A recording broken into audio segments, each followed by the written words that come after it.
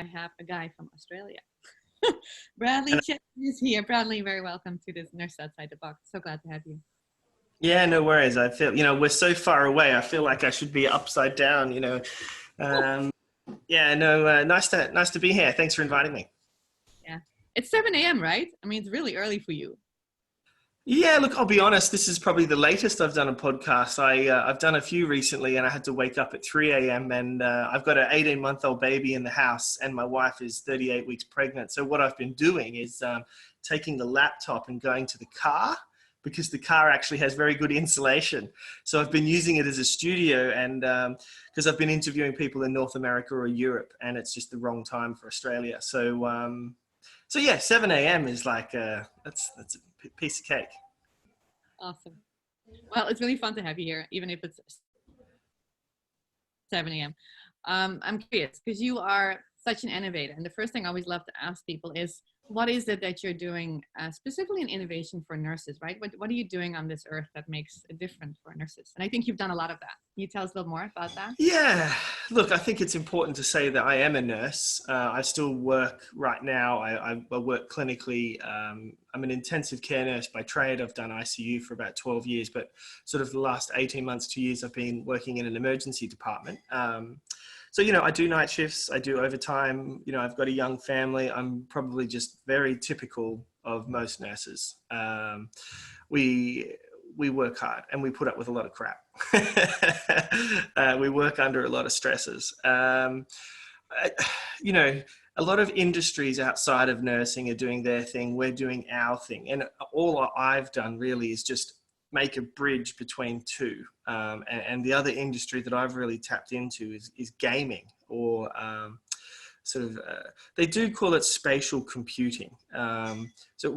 Primarily it's virtual and augmented reality.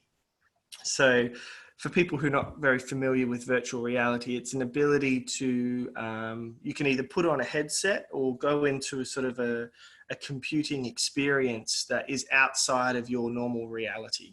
So it's entirely created in a digital world. So the easy example is anatomy. So I've got a headset here. I just got them lying around the house. So you can pop a headset like this on. Mm-hmm. And inside the visual display is an entire 360-degree environment. So with anatomy, you can pop that on and you can be in sort of a medical clinic, and there'll be a heart in front of you that's 1 story tall. So you can walk over, interact with the organ, you can go inside it, you can pull it apart, you can label it, you can draw on it. And then obviously that becomes a very powerful teaching tool. So if I was trying to explain to you something about the EKG and the sinus node, if I can just pull the right atrium apart and actually show you the sinus node and how it connects to the AV node, it becomes very memorable. So rather than just learning that from a textbook, a lot of the research at the moment is showing that this type of teaching and learning is very valuable within an academic setting in terms of knowledge retention. So is that mostly why you use it? Where you use it in academic settings? I'm curious about when do you get into nurses with it? Yeah, so it's really interesting because universities are going through a really weird time at the moment with COVID, having students on campus, and I was teaching at a university, but I tell you, it's a challenging time. And what I'm doing at the moment really is probably, I hate the word disrupting, but, I'm actually selling headsets. And we've just launched an online program on the 1st of May, and I've already got pre-sales that are nearly 20 headsets. So let's just say that I sell 100 headsets in the next 6 months. I'm going to have nurses across Australia who can pop a headset on, and they can log in with me just like we're doing right now, but they'll be inside a conference center, and we can, manipulate anatomy. We can look at patients. We can do a whole range of things. So then effectively my business will be doing something that you can't even do at a university in terms of education. So this sort of integration of technology is pretty exciting. That's interesting. Yeah. I was just talking to a friend of mine who's actually a new nursing student. he's going for a nursing program. And they were thinking that they were going to do clinicals online. And I'm like, how in the world are you going to do a clinical online? But I think you're tapping into something here, right? Because suddenly it becomes much more alive. You still won't have the same experience, but yeah. And this is really a fundamental thing, because obviously you can't beat the real world. Don't get me wrong. You know, like to go in next to a physician and a senior nurse and have a look at a patient and talk about real life issues. That's in situ training, obviously, is the bee's knees. That's always going to be like that because it's real, right? But VR, right now, there's a couple of programs out there. There's one called UBSim, Oxford Medical Simulation, and SimX, which is the one that I use. So these guys, what they do is they full spatial computing. You know, everywhere you look, you're inside a bed space, and in front of you is a patient, and that patient has a little bit of AI in them. So when you move, the retina of the patient looks at you and they talk to you. It's a bit creepy, right? It's yeah. but you have to assess this patient. So you've got to go over and say good morning, and they respond, and you pick up a blood pressure cuff and you got to put it on, and you got to put the saturation probe on their finger, and you have to do a full assessment. And these patients can deteriorate. They can be a life support scenario. So yes, you can do I wouldn't say I do a full clinical, but you can do a patient assessment in a spatial computing environment. And if I'm really honest, and this is probably a little controversial, I think it's better than using a mannequin, because a mannequin doesn't breathe, it doesn't move, it doesn't have any it doesn't have pulse characteristics. They're very monotone when you feel a pulse on a mannequin. But in VR, you can see the cyanosis, you can see the pitching of the shoulders with the work of breathing, and you can feel a pulse, and that pulse can have a characteristic. So, and in VR, you could feel, if you're feeling the lower limbs, one leg might have a pulse stronger than the other leg. And, you know, some of those little nuances on a mannequin just are impossible. But if they are possible, you've probably paid about $200,000 for that mannequin. Right. And that's a big difference, right, with what you're doing. Yeah. I'm curious because you also have an extensive experience everywhere around the world, right? You've traveled. Yeah. I mean, where have you been? So Yeah, many much places. much to my wife's annoyance, I have stepped away from normal life at times. Yeah, I've been around. You know, my first trip was actually through the US. I landed in Texas and I went to Mexico. And, you know, that place, I tell you, love Mexican people, but holy dooly, that place is so dangerous. You know, I turned up into northern Mexico. I was in Brownsville, Matamoros there on the Florida coast. I don't know what side is that, the East Coast. And, you know, someone had thrown a grenade into a hotel the night before, just down the road from where we were staying. You know, we got on a boat and there was a couple of kids that were hung off some bridge. And then I went out 150 kilometers into the Gulf to an oil rig to work as a nurse. And it's scary, man. I've done some remote stuff. And one of the guys out there ended up having atrial fibrillation and having a heart attack. And it was all up to me to manage it. It was my first ever remote trip. And it was one of the most stressful things I've ever done. It took me about a week to get over it. But that, you know, that was my first foray into sort of remote work. And all of it was to try and get to Afghanistan. Because at the time I worked in central London in England. And I worked in a trauma ICU, and I was quite driven. And, you know, if you're going to do trauma, where else would you do trauma? So the war was on, and it was a protracted war. So it was just kept going and going. And they were resourcing some of the nurses from central London to go and assist at Camp Bastion in Afghanistan. And I ended up going there in 2012. So I did a 3-month tour to the war over there in the Helmand province. And that was just amazing, you know, to meet some military people and understand what it is they go through and how they apply themselves to their job. And it's probably the first time I ever really started to think about innovation, because on a day-to-day basis, you know, the military folk, that's what they do. They have to get the job done, and they do it with what they've got. And essentially that is innovation, right? Like, it's just change for the better. So, yeah, after Afghanistan, I worked in Africa, in Guinea, went to the Conakry, the capital. I've been up to the North Pole, to the Barents Sea and Svalbard at the top of Norway. I've essentially sailed the whole way up the Norway coast. If you ever want to do yourself a favor, Norway is the business. Where else have I been? Scotland, England. I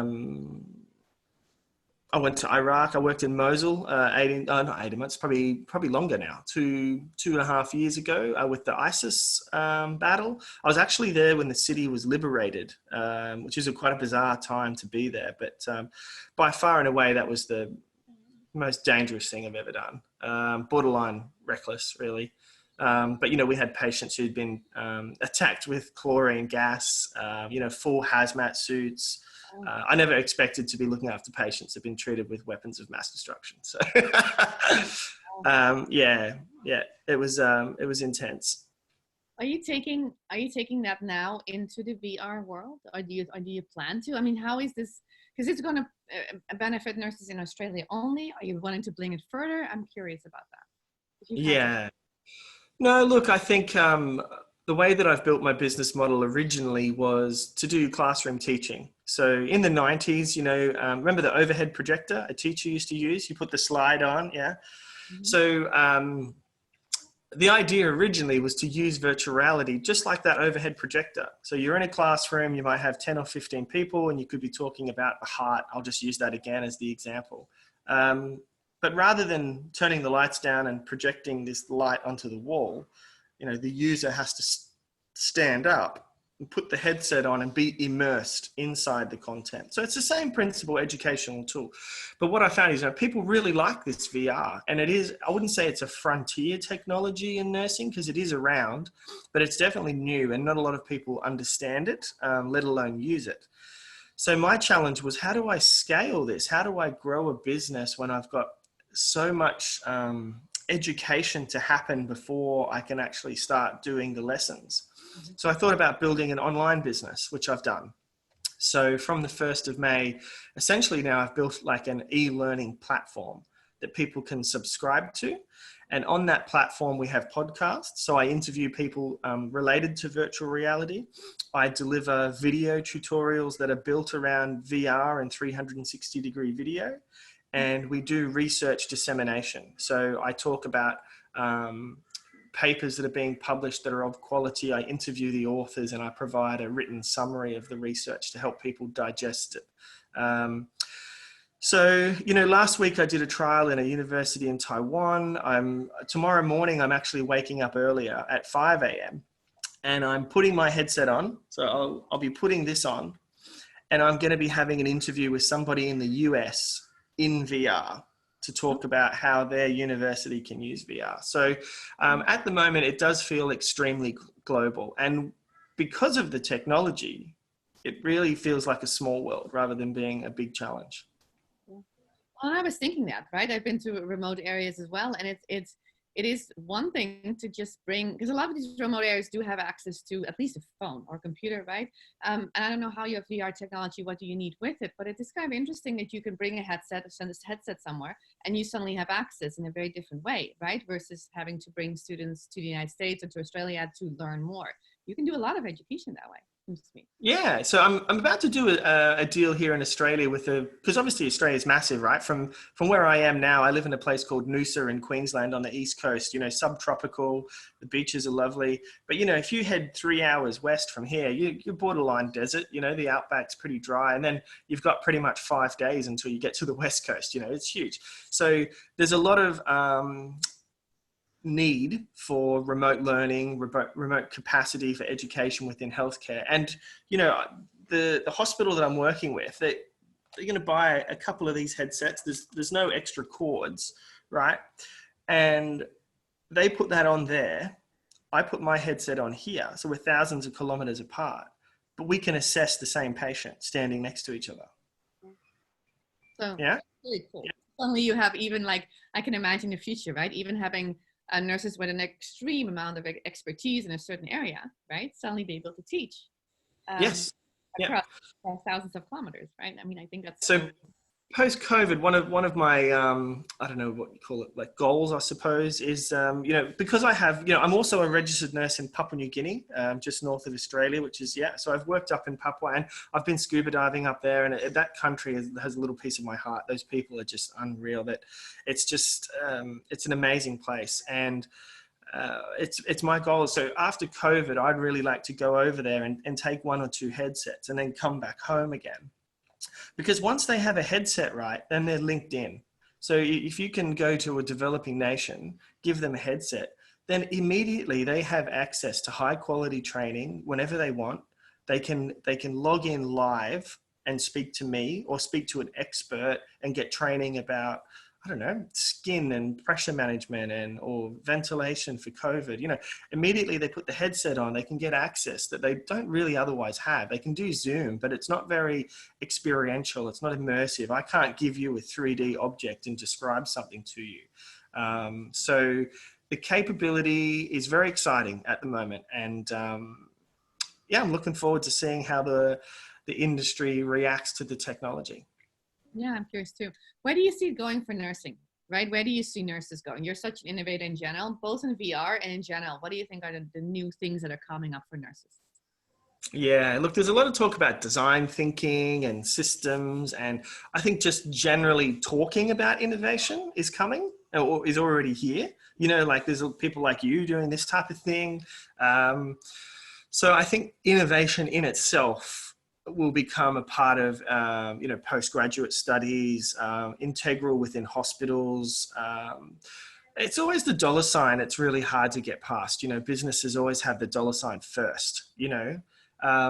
Something that's really annoyed me my whole career, because I'm a caregiver, right? Like I think about my patients. I walk into my room and I look at my 4-bedded bay and I think, all right, how am I going to get my job done the best today? Right. And I think it's probably because of my remote experience that I walk into the room and go, how will I get my job done today with the things that I have? Right. So then I have to start troubleshooting my resources and understanding that. And 9 times out of 10, a lot of innovation comes around process or systems. People sit down and brainstorm and they come up with some kind of new system. So, systems, technology, and ultimately, the biggest resource we ever have in any hospital, whether you're in the jungle in Zambia or you're in the desert, it's going to be the people, right? The people is the biggest resource. So having a facility where you can have talent acquisition, grow talent, professional bodies that sort of are able to teach people a little bit about business and nursing. So I think those, technology is an easy one, right? Virtual reality, blockchain, artificial intelligence. So nurses going to university and doing a tech degree alongside a nursing degree, because from a humanistic point of view, most people who work in tech, they finish work on a Friday at lunch, go and have beers. They don't have a lot of sort of ethical premise. They wear their sneakers to work. They work in an office environment, whereas nurses take care of humans. But I think the two industries together are super interesting to see how you can have someone who has the moral will to be a nurse, but really wants that tech side of things. When you start to combine the two and put them and integrate them into a room to look after a patient, that's like, yeah. Because, concepts around like wearables, people who come into emergency that might have an iPhone watch and it's been recording their ECG for the last 12 hours. The ability to grab data and have it so a nurse can absorb it quickly for their assessment. That's exciting. That's really exciting. So I think innovation generally as a wave will be, I hate to say it, I feel like it'll be a bit of a trendy fad that will come in. I hope it's not, design thinking and that type of thing. And then, technology is obvious because it's money, right? So you bring some technology in, it hopes to save you money. And then systems, and a lot of that, probably the systems would be around IEMR, like electronic records, and how that's integrated. So if we can better manage patients' data management at the bedside, then it's going to have an improvement for nurses, because every day of the week, every day of the year, you just want that nurse to be more efficient at the bedside. So you want them to get the patient out of hospital faster, you want them to assess the patient quicker, minimize deterioration, and you want that patient to feel like that they just walked into a luxurious supermarket and they walk out with a satisfaction score of 11 out of 10. So that's the nurse's job, right? We've got a customer, they come in, we give them the service, and they go home and they've saved themselves some money and they feel like they got a good deal. But the complicating factor is we just do that around health. So, there's challenges there. Yeah, I totally agree with that. Thank you so much, Bradley. I mean, this was a wonderful interview. I'm curious for two things. Is if somebody listens right now and they're like, oh my goodness, I want to do more with this, right? How do they get in touch with you? And then I always love at the end to give you the last word and say, if there was to be a tip or something you would say to a nurse right now who's listening, what would be your tip in general that they can walk away with right now, in terms of innovation, in terms of VR, whatever you want to put there? Yeah, okay. All right, let's do the first one first. So obviously my name's Brad Chesham. You can look me up on LinkedIn. I'm quite active on LinkedIn. Bundle of Rays, my company, is quite active on Facebook, Insta, and Twitter. So feel free. So that's the thing, right? I do everything. So I do the marketing, I do the social media. I don't have any staff. You know, it's at the moment it's really crazy. It's like spinning 16 plates and 15 of them are wobbling. So as I said, we're about to have our second baby as well. So if anyone wants to get contact with me, it's relatively easy. Just jump on the computer. Obviously, you can flick me an email. Our website is www.bundleofrays.podia.com. So if you're interested in our education, it's $6 Australian a week, which I think is at the moment, it's like $3 US a week. So it's cheap, man. So you can sign up for it, and that's just a subscription basis going forward. So that's me, and that's how you can get in contact with me if you've got any questions, or even if you just want to chat. I find myself chatting to people from around the world a lot lately, just asking questions, not too dissimilar to this. And a tip.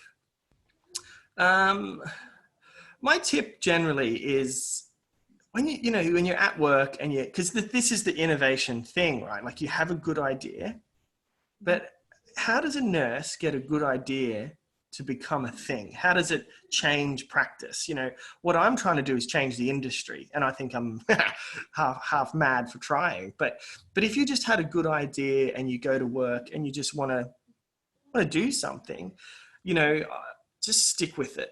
You know, don't let anybody tell you otherwise. But you have to be open to criticism. You know, that's the hardest thing, is that your idea is going to evolve. Don't hold it close to your chest. It's like rolling a ball. You know, you got to keep, every time you move the ball forward, you got to think about where is it going to go next. And it's never just going to be that thing. So my tip would be just keep going, you know, and keep looking to your left, keep looking to your right, just keep seeing what's out there, but be extremely open-minded with the idea, but don't stop. Don't stop. I love it. Stick with it. I love it. Thanks so much for this interview, guys. If you listen to this and you like of it, comment, share, right? Send out a message to Bradley. Please do something with this and send this to another nurse, right? Send this please to another nurse. I think nurses need to think outside the box, and you are such a nurse outside the box. I think we need more of them, right? To really get the movement like we're talking about. Yeah, no worries. Well, thanks for taking the time to do this, Anne-Marie. I really appreciate your work. It's always good to chat. So yes. All right. Good luck. Good luck with the baby. Good luck with your work. And I'm sure we'll be in touch again sometime soon. Yeah, no worries. Make sure you tag me in this and I'll share it for our network as well. All right, everyone. Thanks. I will. I thank you.